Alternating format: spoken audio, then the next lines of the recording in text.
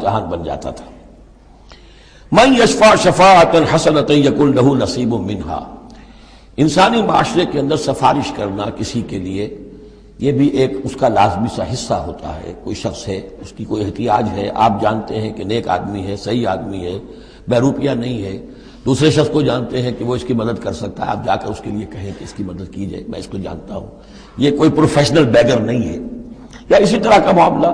کوئی مقدمے کا مسئلہ ہے، آپ کے علم میں کچھ حقائق ایسے ہیں کہ جو فائل کے اوپر جو پولیس نے جو بھی کر رکھی ہے کارروائی، وہ دھوکہ دینے والے ہیں، ڈیسیونگ ہے، تو آپ جاتے ہیں کسی کے پاس اور کہتے ہیں کہ یہ بات یوں ہے، تو یہ کوئی بری بات نہیں ہے۔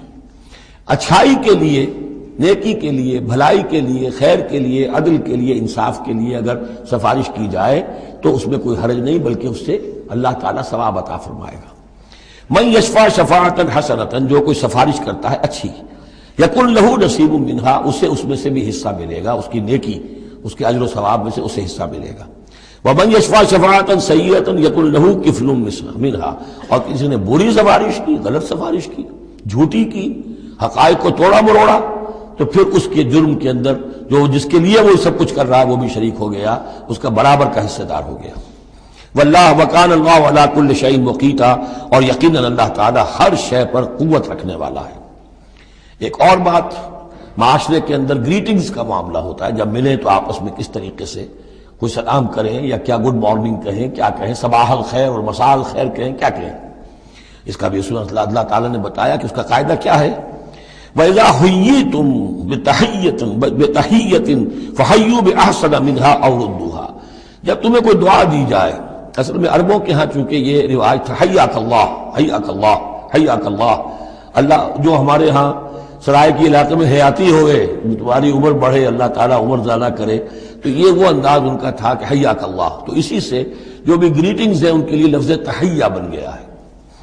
اذا حییتم بتحیۃ، جب تمہیں کوئی دعا دی جائے تو پھر تم بھی دعا دو باحسن منہا، اس سے بہتر۔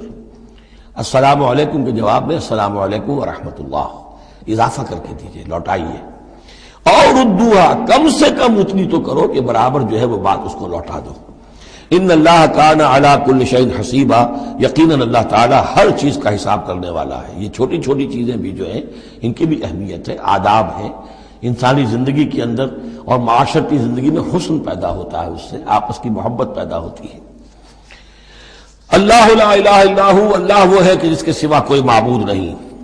لَيَجْمَعَنَّكُمْ إِلَىٰ يَوْمِ الْقِيَامَةِ لَا رَيْبَ فِيهِ، وہ لازماً جمع کرے گا تمہیں قیامت کے دن، جس میں کوئی شک نہیں۔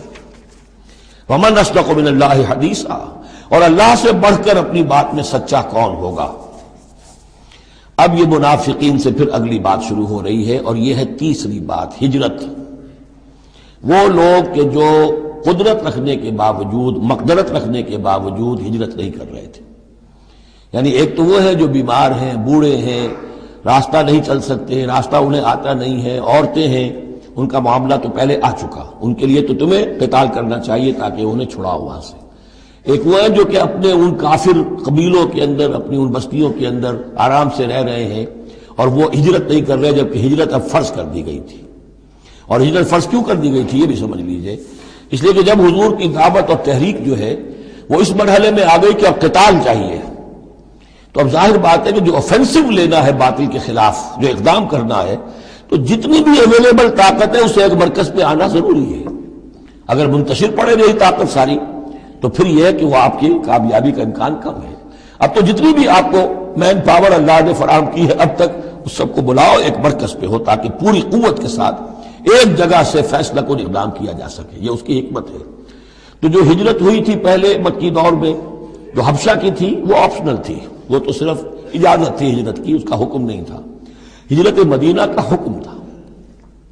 اب جو لوگ ہجرت نہیں کر رہے ان کا ذکر ہے، ان منافقوں کا کہ جو اس بنا پر منافق قرار پائے کہ وہ ہجرت نہیں کر رہے۔ فَمَا لَكُمْ فِي الْمُنَافِقِينَ فِئَتَيْنِ، اور تمہیں کیا ہو گیا ہے ایسے منافقوں کے بارے میں، یہ بات آگے واضح ہو جائے گی کہ کن منافقین کا تذکرہ ہے یہ۔ تم دو گروہوں میں تقسیم ہو گئے ہو، یعنی کچھ لوگ ان کی حمایت کرتے نہیں بھائی ٹھیک ہے کوئی بات نہیں، ان کے ساتھ کوئی نرمی ہونی چاہیے، آخر ایمان تو لائے تھے نا، اب نہیں ہجرت کر سکے، اور کچھ لوگ جو ہے وہ اللہ کے حکم کے معاملے میں سختی سے عمل کرنا چاہتے ہیں۔ تو اے مسلمانوں تمہیں کیا ہو گیا، ان کے بارے میں دو گروہوں میں کیوں تقسیم ہو گئے ہو؟ واللہ ارکسہم بما کسبوا، اللہ نے تو ان کے کرتوتوں کے سبب ان کو الٹ دیا، یعنی ان کا ہجرت نہ کرنا در حقیقت ثبوت ہے اس بات کا کہ ایمان سلب ہو گیا ان کا۔ ہاں کوئی مجبوری ہوتی، عذر ہوتی تو بات اور تھی۔ اتریدون ان تہدوا من اضل اللہ، کیا تم چاہتے ہو کہ ان کو ہدایت دے دو جن کی کہ گمراہی پر اللہ کی طرف سے مہر تصدیق ثبت ہو چکی ہے؟ وَمَن يُضْلِلِ اللَّهُ فَلَن تَجِدَ لَهُ سَبِيلًا، اور جس کی گمراہی پر اللہ کی طرف سے آخری مہر تصدیق ثبت ہو چکی ہو، پھر تم اس کے لیے کوئی راستہ نہ پاؤ گے۔ وَدُّوا لَوْ تَكْفُرُونَ كَمَا كَفَرُوا، یہ لوگ جو ان کے بارے میں نرمی کی باتیں کر رہے ہیں، بڑی چکری چپڑی باتیں، یہ چاہتے ہیں کہ جیسے انہوں نے کفر کیا تم بھی کرو، فَتَكُونُونَ سَوَاءً، تاکہ تم برابر ہو جاؤ۔ بلی کی دم کٹ گئی، وہ چاہتی ہے سب بلیوں کی دمیں کٹ جائیں۔ فَلَا تَتَّخِذُوا مِنْهُمْ أَوْلِيَاءَ، تو اب ان کو اپنا دوست مت سمجھو، اپنا حمایتی مت جانو، حَتَّى يُهَاجِرُوا فِي سَبِيلِ اللَّهِ، جب تک کہ وہ ہجرت نہ کرے اللہ کی راہ میں۔ یہ گویا کہ اب لٹمس ٹیسٹ ہے ان کے ایمان کا، ہجرت نہیں کرتے تو گویا کہ مومن نہیں ہے، منافق ہے۔ وَإِن تَوَلَّوْا، اور اگر وہ پیٹ موڑ لیں، ہجرت نہ کریں، فَخُذُوهُمْ، پکڑو انہیں، وَاقْتُلُوهُمْ، قتل کرو انہیں، حیث وجدتموہ، جہاں پاؤ۔ یعنی پھر وہ کافروں کے حکم میں ہے، چاہے وہ کلمہ پڑھتے ہوں،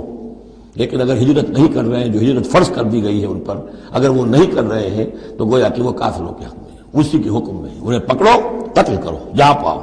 وَلَا تَتَّخِذُوا مِنْهُمْ وَلِيًّا وَلَا نَصِيرًا، ان میں سے کسی کو بھی اپنا ولی اور مددگار مت بناؤ۔ إِلَّا الَّذِينَ يَصِلُونَ إِلَىٰ قَوْمٍ، اب اس میں استثناء ہے، ایک ایسے قبیلے میں اس قسم کے منافق مسلمان موجود ہیں کہ جن سے آپ کی صلح ہے، قبیلے کی قبیلہ صلح، تو ظاہر بات ہے کہ اس صلح کو وہ صلح ان کو بھی کور کر رہی ہے جو اس میں ہے منافق۔ إِلَّا الَّذِينَ يَصِلُونَ إِلَىٰ قَوْمٍ بَيْنَكُمْ وَبَيْنَهُم مِّيثَاقٌ، سوائے ان کے کہ جن کا تعلق ہو ایک ایسی قوم سے، ایسے قبیلے سے کہ جن کے اور تمہارے درمیان کوئی معاہدہ ہے، اور یا دوسری شکل کیا ہے، اور جاؤکم حسرت صدورہم، یا ایسے لوگ بھی ہوتے تھے جو آئے تمہارے پاس اور ان کے دل جو ہیں بڑے تھوڑے ہو گئے ہیں، تنگ ہو گئے ہیں، ان یقاتلوکم او یقاتلوا قومہم، ان میں اتنی جرت نہیں رہی ہے کہ وہ آپ کے ساتھ ہو کر اپنی قوم کے خلاف لڑے، یا اپنی قوم کے ساتھ ہو کر آپ کے خلاف لڑے مسلمانوں۔ اب چونکہ انسانی معاشرے میں ہر سطح کے لوگ ہوتے ہیں اور ہر حال میں رہے ہیں، ہر دور میں رہے، ہر دور میں رہیں گے، تو یہ گویا کہ تو مینول آف ریولوشن ہے، ریولوشنری اسٹرگل کے اندر اس طرح کی سچویشنز آئیں گی، ہر قسم کے انسان ہوں گے۔ کچھ ایسے کمزور لوگ تھے، وہ کہتے تھے بھائی ہمارے لیے لڑنا بھڑنا مشکل نہیں ہے، نہ مشکل ہے، نہ تو ہم اپنی قوم کے ساتھ ہو کر مسلمانوں سے لڑیں گے، نہ مسلمانوں کے ساتھ ہو کر اپنی قوم سے لڑیں گے۔